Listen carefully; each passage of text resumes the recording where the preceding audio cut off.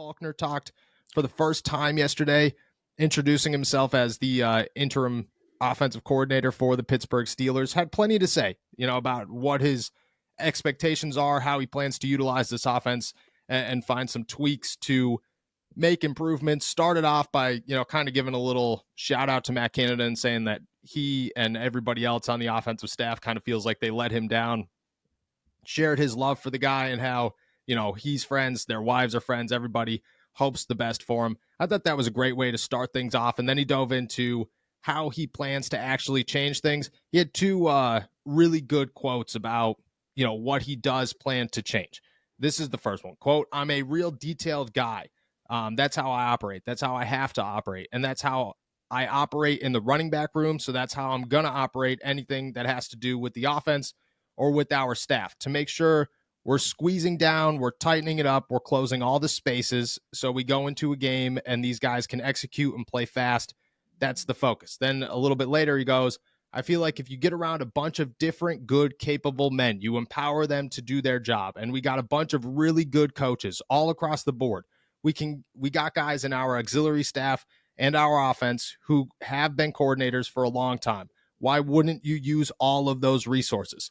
So that's what I'm going to do." So I told the guys that's what we're going to do. And I talked to them about communicating with each other.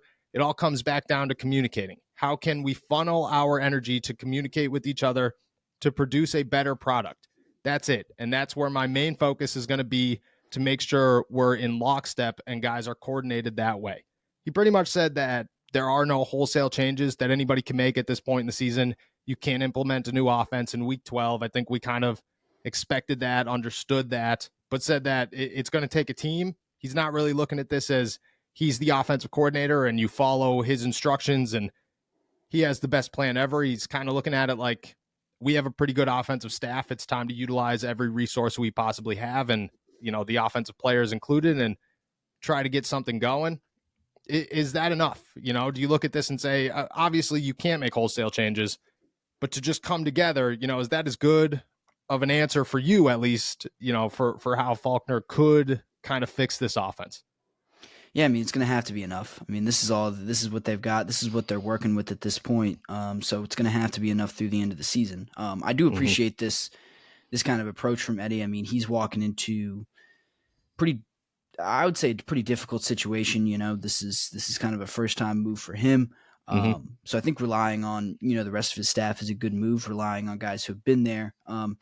Eddie, for as much as he works with the entire offensive staff, maybe coming up with a game plan, like, he doesn't have a hand in, every position group like he's probably going to now, so yeah. He's going to have to kind of gather some knowledge about what everyone else on this team has been doing over the past, 12 weeks, 2 years, whatever, to help kind of catch him up to speed with where they are, what they like, what they're good at and everything like that. So he's got a little bit of learning to do, especially this week, just about, what he's got to work with and what he needs to emphasize, what he needs to kind of protect against. So I think this is a great move to kind of say, look, this is a collaboration. Like, we need everyone. When you lose someone, especially someone kind of at the top of the food chain, just in terms of the offensive coaching staff, you feel like it's logical to say, we need everyone.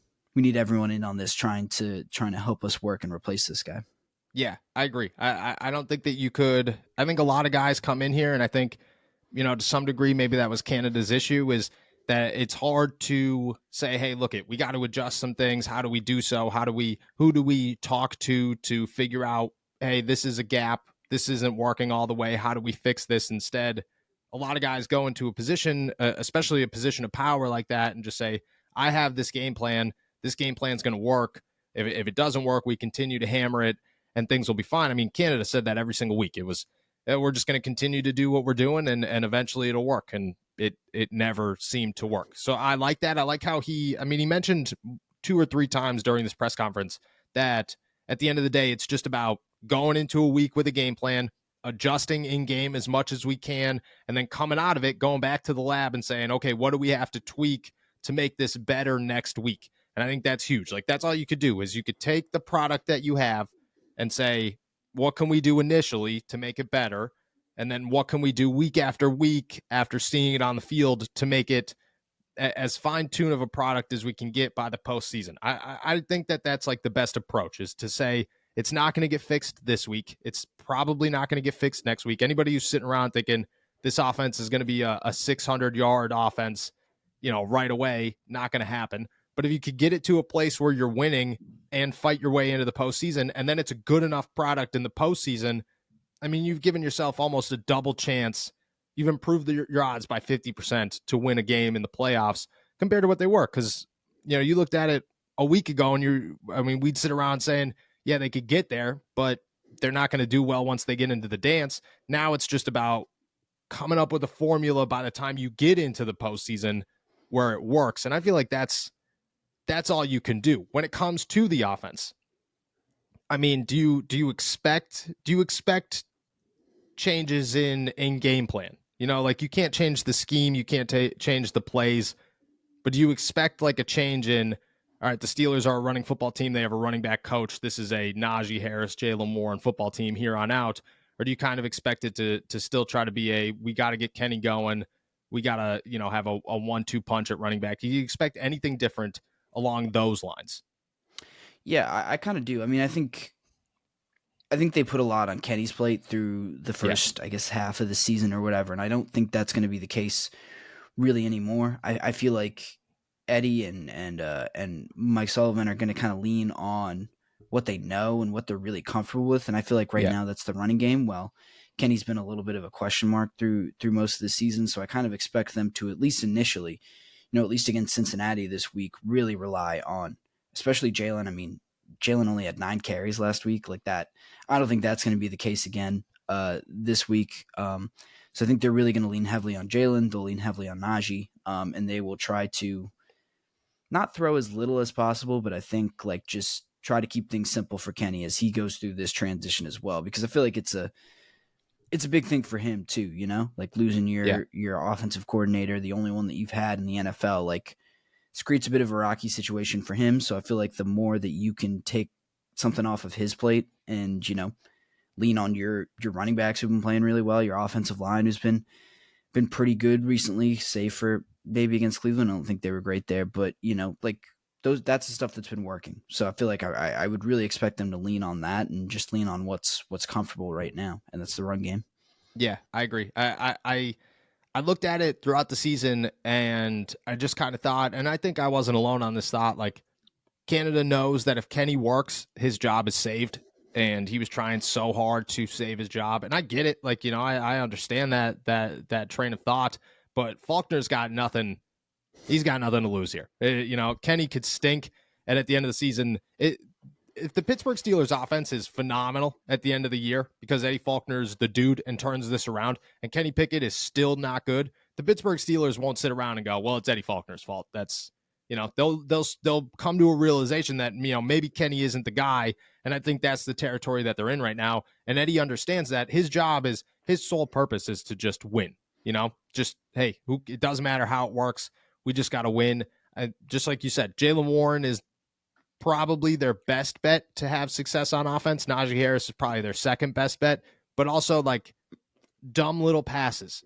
Just ways to get the ball into George Pickens and Deontay Johnson and Pat Fryermuth's hands without having almost any pressure on Kenny Pickett. I don't know how you make that happen, but that is, in my eyes, like, that's the philosophy moving forward. That's what I would expect to happen moving forward, is just like, how can we make this as simple as possible, not put any stock in our quarterback, and just say, let the rest of it work? Because the rest of the Steelers offense is pretty good. Like, the offensive line struggled against Cleveland, but I would expect most offensive lines struggle against Cleveland. And the running game's phenomenal. You have 2 star wide receivers. You have good tight end. You have some good backup tight ends. You got playmakers. Like, you can make things work. So I agree. I look at it and just say, like, if I was going into this game, if you ask me my expectations or what I anticipate the offense to look like, I would anticipate Jalen Warren touching the football like 15 to 20 times, and then Najee touching it probably like 10 to 15 times, and then Kenny throwing the football like maybe 15 times. And they're all like easy little completions to George and Deontay and to Pat and everybody else. But I would expect this to be like such a run-heavy game. It's crazy, which is what the Pittsburgh Steelers should do. Like, offenses succeed that way, and they should try to succeed that way, and don't do anything crazy. But I think that is the way to go. Do you expect some? He kind of talked and he said this. He said that on game day, he's pretty much going to stay out of Mike Sullivan's ear. Like it's he's going to call the plays. He understands how difficult that is.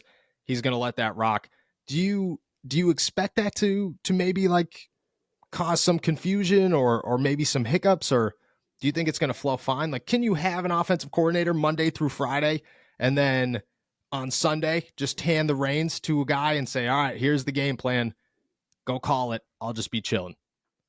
I think so. Honestly, I think that's better than the alternative. Like, I think on game day, you need smoother operation. You need, I don't know, less, like, fewer cooks in the kitchen. Like, Yeah. having, to have a play caller on the sideline and then someone in his ear going like, well, I think you should call this. And then I think you should call this. Well, that wasn't a very good call. Like, or I wouldn't have done that. Like, I think you need to have kind of one voice speaking during game day, whereas in practice, it's maybe easier to have multiple guys giving input and multiple guys, there to work things out. Game day is a completely different animal where I think having too many guys communicating could be troublesome, and I'm sure they'll like go in at halftime and chat with each other and like, have a conversation about what they need to do. But I think while they're actually on the field and while Mike's actually calling plays, it's probably best just to have one voice speaking from that area, Yeah, I kind of agree. Like, it's you only got 25 seconds. You got to make things happen fast. You got to communicate quick. Like, I would imagine that there's like I would imagine the script is much longer than typical or than normal. And I would imagine at the end of every quarter, or maybe the end of every drive, like Faulkner's in there. They're talking about what's next instead of one guy standing. Like it was Matt Canada, like 15 yards behind everybody, just like going through it by himself. I would imagine those two get together and say, these are the adjustments we got to make. Let's do this. I also think that what's good about that is Sullivan, Sullivan allows it to flow without, added pressure. It's like, I'm not the OC. I'm just calling the plays, like I'm just in here following the game plan, and Faulkner's come up with this game plan. And I think that takes a lot of pressure off of the guy calling plays, which I think helps. Like, I think the best thing for the Pittsburgh Steelers is to just go back to like what I said before, remove any expectation, remove any, I don't know, like any notion that you have to do this or you have to do that. It should just be, just go out there and call a game and try to win it. And I think that Sullivan has literally nothing relying on. Like Sullivan's not losing his job if he's not the greatest play caller in the world these last 7 games. He's still the quarterback's coach next season. Faulkner's still the running backs coach next season. And if they could just, take as much pressure away from those two as possible, I agree. I think that's the best case scenario for the Pittsburgh Steelers. I got to say, Faulkner brought a ton of juice to this press conference. I was pretty hyped about it. If you haven't checked it out, you can find it on YouTube. You can find it pretty much anywhere that you just type in Eddie Faulkner. I'm a big Eddie Faulkner guy, been a big Eddie Faulkner guy. Like, this dude, just everywhere you go, he's got a smile on his face and he's kind of yelling and making jokes. And that's the type of energy the Pittsburgh Steelers need. So if I was a Pittsburgh Steelers fan, I'd be rather excited for at least just the energy component of what Faulkner could bring to this team.